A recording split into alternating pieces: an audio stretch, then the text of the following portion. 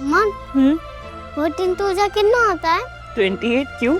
आपको 28 स्टोरी आती है? अब 14 डे बाकी है ना मेरे अंकल के घर जाने में।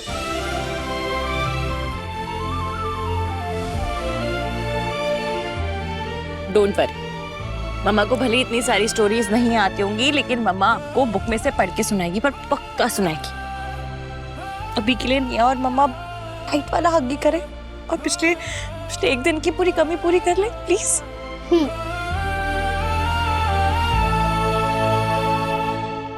मम्मा आई लव यू टू मेरा बच्चा। 13 दिन बाद क्या होगा अभी से कैसे कहूँ मैं निया। जितना इंतजार आप उस घर में जाने का कर रहे हो, उतना ही मैं भी कर रही हूँ आपके आने का। वीर, एक बात बताओ, सच सच जवाब देना उसका, ठीक है? शादी के बाद तुम्हारी दादी ने हमारी राधिका पे क्या क्या जुल्म किए? दादी, ऐसे कौन बोलता है? अरे मैं बोलती हूँ ना, बोली तो नहीं हूँ, और क्या, और कैसे बोलूं? देख बेटा, ऐसा होता है, जो जैसा होता है उससे वैसी ही उम्मीद होती है, और जैसी उम्मीद होती है उसके बारे में वैसे ही तो पूछा जाता है, वैसे ही सवाल किए जाते हैं, और नहीं तो क्या, है ना? नहीं दादी, गलत बात है ना। हमें कुछ भी ऐसा नहीं बोलना चाहिए जिससे वीर को, सॉरी मतलब वीर जीजू को जरा भी बुरा लगे या अनकंफर्टेबल फील हो। और हम सबने देखा ना कैसे शादी में उन्होंने दोनों फैमिलीज के बीच में एक बैलेंस बनाए रखने की कोशिश की। एंड आई एम श्योर कि शादी के बाद भी ना, जब भी कभी दीदी को जरूरत पड़ी होगी तो इन्होंने हमेशा स्टैंड लिया होगा। लो भाई जीजू जी, कर लो बात है।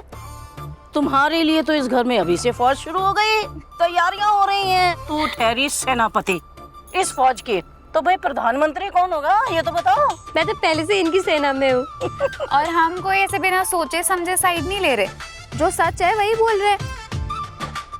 और कुछ दिनों पहले तक, इनफैक्ट शादी के दिन तक भी, मैं भी बिल्कुल माँ के जैसे इनसे बहुत गुस्सा थी। और सच बोलूं तो अभी भी हूँ थोड़ी थोड़ी, लेकिन उसके बाद बहुत कुछ बदला भी है। हम सब ने खुद देखा कि राधिका दी की कितनी केयर करते हैं, और निया की भी। तो एक बात को लेके तो मैं एकदम श्योर हूं दादी कि मेरी दीदी ना बिल्कुल सेफ हैंड्स में, और ये उनकी हमेशा बहुत केयर करने वाली। क्यों जीजू? वैसे ना मुझे आप पर हमेशा थोड़ा थोड़ा शक तो था, जब मैं अपनी शादी की बाकी रस्मों के लिए आई थी और जैसे आप दीदी को चिढ़ा रहे थे, मुझे तभी लग गया था कि कुछ तो है। अरे ऐसा नहीं होता, ऐसे ही खेल कूद थोड़ा। ऐसे वैसे कुछ नहीं जीजू, ये बातें ना मेरे सामने नहीं चलने वाली। हाँ, अरे वाह भाई, मुझे तो नहीं पता था कि लड़के भी ऐसे शर्माते हैं। क्या गुड़िया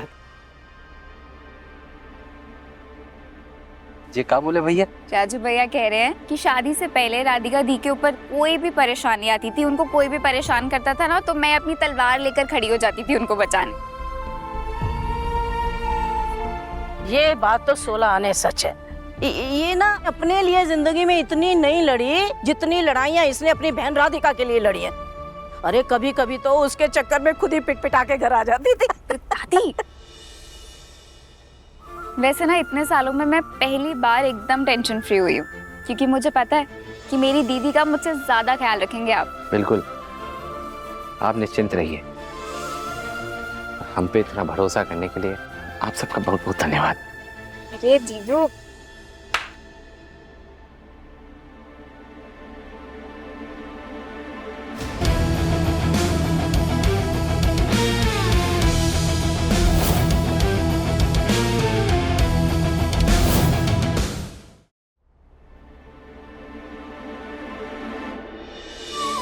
चलो चलो चलो चलो, आ गए हम लोग।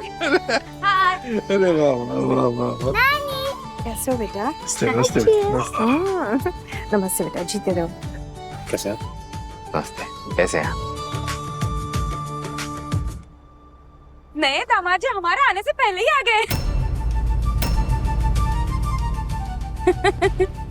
क्यों दामाद जी? हैं? अपने ससुराल वालों से मिलने की इतनी जल्दी है क्या? हाँ? हाय हाय, कहीं वो हमारे आने से पहले ही आपने गिफ्ट वो सब बांट तो नहीं दिए ना? हाँ, कहाँ है वो? एक मिनट, ये क्यों लाएंगे तोहफे और सौगातें?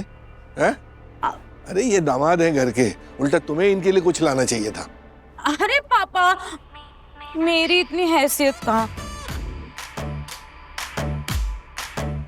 और वैसे भी जमाना ना बदल गया है, अब लड़के वाले लड़की वाले ऐसा कुछ नहीं रहा। हाँ, अब क्या है ना, जिसकी हैसियत है वही तोहफे देता है। हैं? और ऐसे तो वीर को हमारी राधिका से शादी करने से पहले हम सबको मक्खन लगाने के लिए गिफ्ट देने चाहिए थे, तब नहीं अब सही। क्यों दामाद जी? सही तो कह रही है दीदी, पर हमारे जो काका है ना, बिना किसी लेन देन के हमारे प्यार पे भरोसा किए और अपना आशीर्वाद देके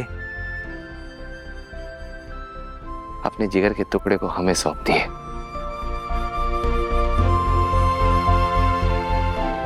हमारे लिए इससे बड़ा तोहफा इस पूरे संसार में हमारे लिए और कुछ नहीं हो सकता। लो जी लो, गिफ्ट तो कुछ मिला नहीं, ज्ञान मिल गया मुफ्त का।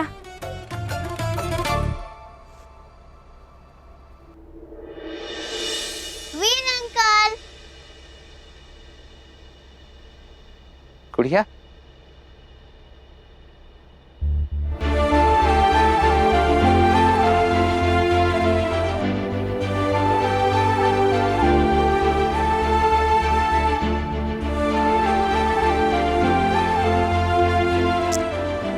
कैसी है हमारी गुड़िया? वीर अंकल, मैंने आपको बहुत मिस किया। हमने भी तुमको बहुत मिस किया गुड़िया, बहुत ज्यादा। वीर अंकल, वो खरगोश आया है। खरगोश? बबूचका, बबूचका? वो राज मेरे लिए लेके आए। अच्छा, तो मतलब नया सदस्य आ गया घर में है? हमारी निया से छोटा, हमारी निया से छोटा। सर, विदर साहब के ऑफिस से और पार्टी के कुछ सीनियर लीडर्स का लगातार फ़ोन आ रहा है। सर पूछ रहे हैं कि वीर सर मीटिंग में कब से आ रहे हैं। चुनाव सर पर आ रहे हैं सर, और पार्टी अपने युवा नेता का अच्छे से प्रचार करना चाहती है सर। किशोरवा, कह दो पार्टी वालों से कि पहले जो शेर जंगल में आजाद घूमता था वो बन गया है भीगी बिल्ली। कह दो पार्टी वालों से कि तुम्हारे युवा नेता शादी करके समर्पित हो गए हैं पत्नी और ससुराल वालों को।